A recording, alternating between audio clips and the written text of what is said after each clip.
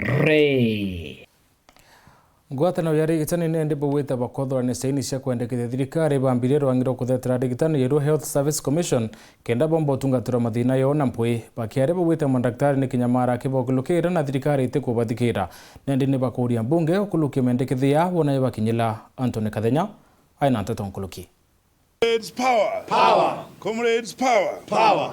Olingi kaili ngwataniro ja kulongamira mandagitari na rigitani bangi bankathi mwanya ni beumeletie na kuga maonto mateko dibolea mabaterie. Solidarity forever, for the union makes us strong. Gwitokira mwandiki munene wa ngwataniro ya mandagitari KMPDU arigitani baba ni bamenerete thirikari ni kiraba kuganio kulega kulaithira mathina mara makwinyera sekta ya wima bwa mwili.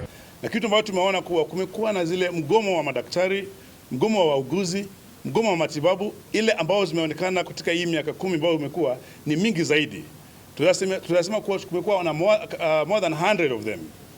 Na kitu muhimu zaidi ambazo zimekuwa ikionekana kuwa county governments ama serikali za ugatuzi hazijakuwa na uwezo wa kufanyia wanaafya ama healthcare workers jinsi inavyotakikana.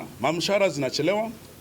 Tumeona pia madaktari, manurses na clinical officer hawaandikwi kazini. We as the healthcare workers, we are the most actually vulnerable in the whole of this situation.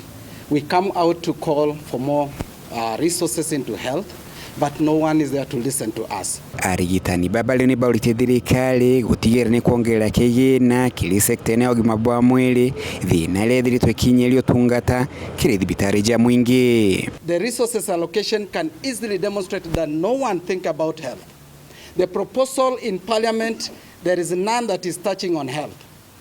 And if you look at budgetary in the treasury, it doesn't actually project a prospective country that is focusing to improve on the health system. So everything we are calling upon is to allocate resources in the health sector and to ensure that it is functioning for us. But it will not function by virtue of the fragmentation and segmentation that we have in the health sector. Hatupigani pesa ambayo tujaona penye haiko. Sisi madaktari wengine pia wamesoma mambo ya ekonomia. Wanajua inchi iko na pesa ngapi, wanajua budget, wanajua pesa iko wapi. Sasa tunaomba ile pesa tunajua penye iko. Na kile gotigera bobone bokuingeka arigitani baba leo ni bagwite bakambelia mutaratara wa kodorani saini kienda kugarura katiba na gutigira nkiame ya Health Service Commission ni utonywa kire watho nkiamela bakulegera kalaithire mathina mama na kuulia Kenya baba gwatemba RURU. Ile centralized organization ambayo tunaita ni Health Service Commission ndio njia mwafaka ambayo itafanya kila Mkenya kuwa na uwezo wa kupata services katika hospitali ambayo atakuwa anaenda. Kwa hivyo tumesema kutokea siku wa leo tutaenda nje kuomba kila Mkenya tupatie sahihi ama signatures ili to change the landmark ya healthcare.